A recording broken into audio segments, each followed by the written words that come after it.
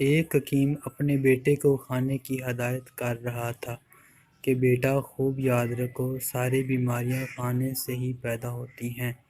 بیٹے نے کہا، ابا جان یہ تو صحیح ہے، لیکن بھوک سے آدمی مر جاتا ہے۔ اسی لیے لوگ کہتے ہیں کہ کھاتے پیتے مر جانا بھوکے پیاسے رہنے سے بہتر ہے۔ باپ نے کہا، بیٹا اعتدال سے کام لینا چاہیے، کھاؤ پیو مگر اڑاؤ نہ۔